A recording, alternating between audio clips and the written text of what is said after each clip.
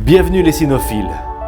Aujourd'hui nous allons étudier un mot que j'aime beaucoup, le mot lata. C'est un mot très utilisé à l'oral qu'il faut absolument connaître et qui peut éventuellement apparaître dans la littérature. Partons ensemble dans les méandres de la forêt de la complexité humaine et intéressons-nous au creux de la vague, à ces moments où ça ne va pas, à ces moments où nous ne sommes pas aussi présentables que nous aimerions l'être. En effet, le mot lata peut se traduire par malpropre, pas soigné, désordonné ou négligent dans l'attitude ou négligé dans l'apparence. Il est notamment utilisé pour désigner les démarches disgracieuses ou directement les personnes qui traînent des pieds, littéralement. On désigne ici un certain laisser-aller. Chasser le naturel, il revient au galop. On retrouve aussi ce mot dans quelques expressions toutes faites. Guanyongyu, telles que lata huo, lata gui, souillon, malpropre, ou encore zai lata, sale type. 在离婚前很自律，而现在明显放纵自己了，天天很邋遢。Il faisait preuve de beaucoup d'autodiscipline avant son divorce. Or à présent, c'est son laisser-aller qui saute aux yeux, tant il est tous les jours négligé. 苦咬邋遢人， les difficultés mordent les négligents. 邋里邋遢， être attifé comme l'as de pique. Il existe d'ailleurs une série de dessins animés appelés Latata Wang Qi Yu Ji, les incroyables aventures du roi des malpropres, paru à la télévision chinoise en 1987, et dont la portée est évidemment pédagogique.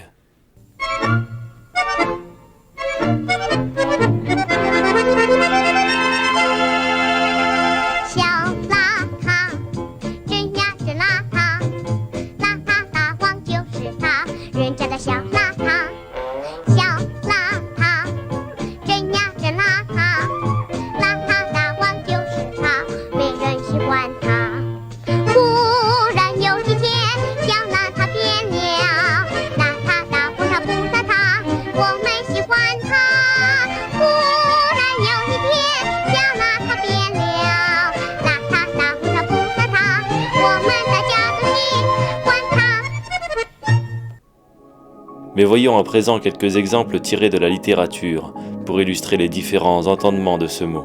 眼见的路迢遥，忙鞋邋遢，地多少古道西风瘦马。 Vous pouvez vous amuser à proposer une traduction de cette phrase dans la section commentaires. 我两人邋遢云游，只求衣食，岂能度人？ Nous sommes deux malpropres destinés à errer, n'ayant à peu près besoin que de nourriture et de vêtements. Comment pourrions-nous sauver des vies? 忽然是房东邋遢鞋生，在窗户底下走过。 Soudain se fit entendre le disgracieux frottement des chaussures du proprio. Puis il passa sous la fenêtre. 好笑那田家翁。 做人来真邋遢，困腾腾像半死的蛤蟆。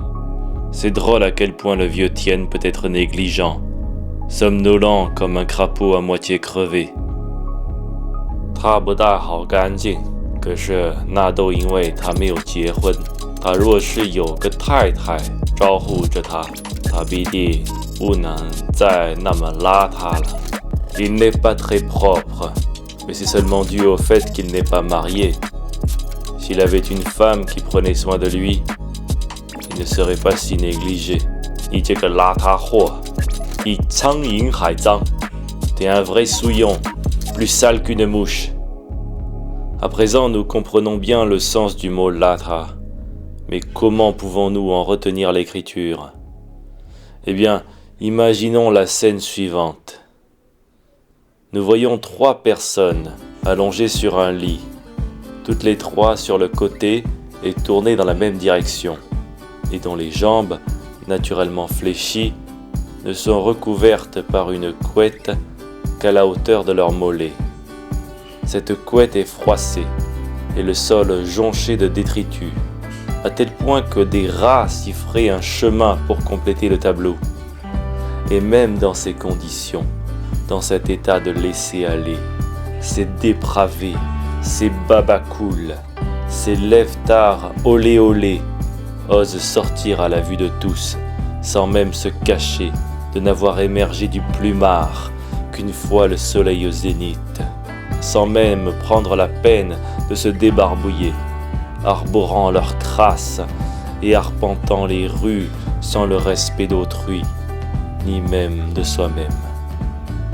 Ah là là, on rigole bien avec ces considérations de mauvais bourgeois aigris, mais après tout, on peut très bien donner l'air d'être négligé alors qu'on est à la fois fringant et décontracté, libéré, comme le traduit si bien le mot chinois xiaosa, mais aussi le mot satuo qui signifie bien dans sa peau, bien dans ses pompes, détendu et à l'aise avec les autres. Ah, 我想学这种洒脱，把浮躁与不自信埋在土下沉寂，无言语的洒脱。